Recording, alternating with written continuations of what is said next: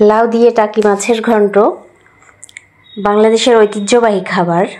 বিশেষ করে আমাদের যশোর জেলার, মাগুরা জেলার আর কি, যশোর বিভাগের। যাই হোক, আপনারা কে কে খেতে পছন্দ করেন আমাকে কমেন্ট করে জানাবেন। আসসালামু আলাইকুম। হ্যালো ইউটিউব, সবাই কেমন আছেন? আমরা তো মাশাআল্লাহ অনেক ভালো আছি। ভালো ছিলাম না আসলে, সত্যি কথা বলতে। আর ভালো না থাকার দরুন আমি বেশ কয়েকদিন ভিডিও থেকে দূরে ছিলাম। যাই হোক, আবার বেশ কয়েকদিন পরে, বেশ অনেক দিন পরেই আমি ফিরে এসেছি।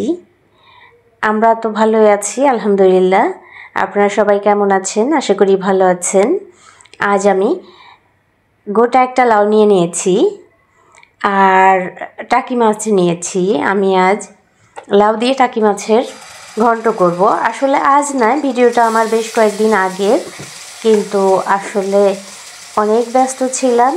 এর মধ্যে অনেক ঘটনাও ঘটে গেছে, যে কারণে আমি আসতে পারি নাই। তো যাই হোক, আমি রেসিপিটা করার জন্য একটা কড়াই চুলায় বসিয়ে দিয়েছি। এখানে পরিমাণ মতো পেঁয়াজ, সামান্য একটু রসুনের পেস্ট আমি দিয়ে দিয়েছি। এই সবজিটাতে অনেক বেশি মশলা লাগে না যদিও, তবে টাকি মাছটা আমি যেহেতু ভেজে নিব না, কষায় নিব, যে কারণে আমি বেশ ভালোই পরিমাণ মশলা দিয়ে দিয়েছি। টাকি মাছ ভুনা করতে হলে আসলে একটু মশলা বেশি করে না দিলে ভালো লাগবে না খেতে, যে কারণে আমি পরিমাণ মতো ঝালের গুঁড়া নিয়েছি, সামান্য একটু ঝালের গুঁড়া, যেহেতু আমি কাঁচা ঝাল ব্যবহার করব। আর হলুদের গুঁড়া নিয়ে নিয়েছি, ধনের গুঁড়া নিয়েছি, সামান্য পরিমাণ গোটা জিরা নিয়েছি। নিয়ে আমি মাছগুলো সুন্দর মতো কষিয়ে নেব। আমি মশলাটাও সুন্দর মতো কষিয়ে নিয়েছি। তেল উঠে গেলে আমি মাছগুলো দিয়ে দিয়েছি, আর সামান্য পরিমাণ একটু পানি দিয়ে দিব মাছটা সিদ্ধ হওয়ার জন্যে।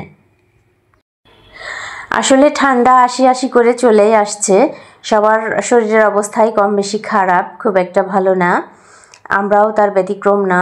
যেহেতু 5-6 দিন আমরা গাড়িতেই আছি, 4-5 দিন আর কি।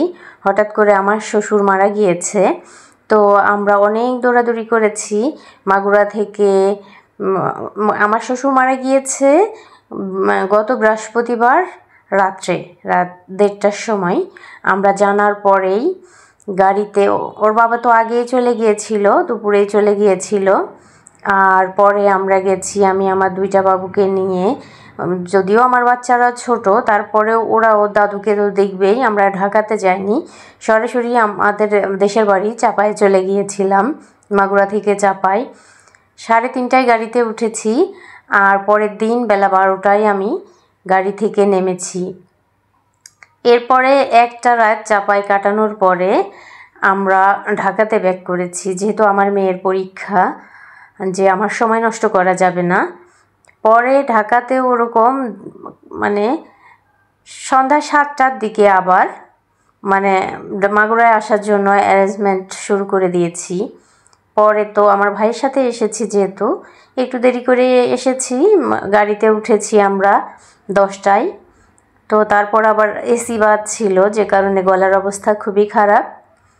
তো যাই হোক, যেহেতু আমি মাঝে মধ্যে আপনাদের মাঝে আসি, যে কারণে চলে এসেছি। আর অনেক বকবক করে ফেলেছি, কেউ কিছু মনে করবেন না। আর আমার শ্বশুরের জন্য আপনারা সবাই দোয়া করবেন। তো যাই হোক, আমার মাছগুলো কষানো হয়ে গিয়েছে, আমি লাউটাও কষিয়ে নিয়েছি। লাউটা যখন আমার সিদ্ধ হয়ে গিয়েছে, এ পর্যায়ে আমি মাছগুলো দিয়ে দিয়েছি। আর আমার লবণ একটু কম হয়ে গিয়েছিল, আমি লবণটাও দিয়ে দিয়েছি। তো এই মাছটা আর আসলে লাউয়ের তরকারিটা এত মজা হয়, আপনারা না খেলে কেউ বুঝবেন না। কেউ মনে করতে পারেন আষ্টা গন্ধ আসবে না, কিছুই আসবে না। অত্যন্ত মজার একটা খাবার, পুষ্টিকর, সব দিক দিয়েই ভালো, সত্যি কথা বলতে। তো যাই হোক, আমি বেশ বেশি পরিমাণ ধনেপাতা দিয়ে দিয়েছি, যাতে কোনো রকম বাজে স্মেল না আসে। আর আমি তো মাছ সুন্দর মতো কষিয়ে নিয়েছি, আপনারা দেখতে পেয়েছেন। তো দেখেন, আমার সম্পূর্ণ একটা গোটা লাউ দিয়ে দিয়েছিলাম, আমার কড়াইটা একদম ভরে গিয়েছিল এই অবস্থায়।